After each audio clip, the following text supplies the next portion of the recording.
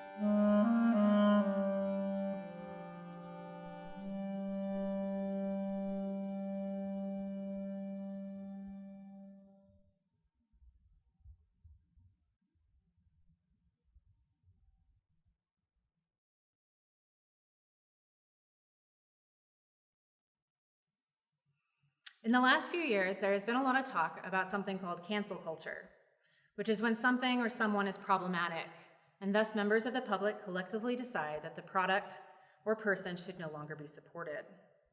This has been an extremely divisive kind of coping with problematic behavior, so I'm not going to go into it any further than that. However, when the pandemic started, I did begin using the language of cancel culture as my own humorous coping skill. You see, things that did not do anything innately wrong were canceled during the pandemic. Hugs were canceled, close proximity was canceled, playgrounds were canceled, swinging was canceled, water fountains were canceled, and dancing with others was definitely canceled. This next piece, 3 Dances, was a way for me to uncancel dancing for a moment. Each movement represents 2 dance partners doing a waltz, sometimes in 4/4, a slow dance, and an Irish jig, with each partner taking their turn leading the dance. And while there is no actual dancing in this production, because dancing is still canceled, it was a moment to at least pay tribute to dancing. The unusual scoring of the piece for clarinet and trombone actually works quite well. Pat might say differently in case I was playing too softly, but I thought it worked well. Oftentimes, huge register differences were quite the asset to the moment, and it has some really lovely high and low spots. Pat is such a joy to work with. From the very beginning of my time at EWSP, he has been an extremely positive support system for me. And finding a piece where I got to collaborate with him was really exciting. It's not often that I get to jam out with a trombone. This lighthearted piece is so appropriate for us because even when things get serious and stressful, I know that Pat and I can say something to each other to elicit laughter. I hope this piece allows you to at least remember that dancing will not always be canceled. And one day, water fountains will open up again. High fives will be commonplace if that's really what you feel is appropriate.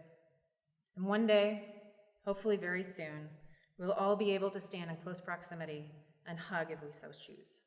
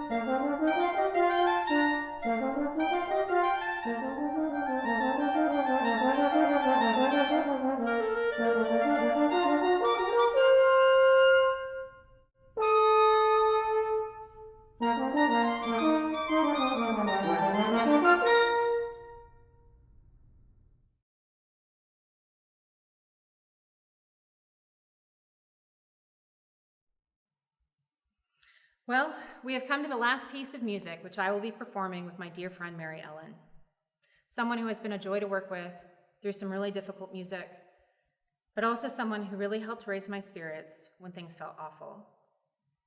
While this piece is considered a clarinet solo, I do not believe it is.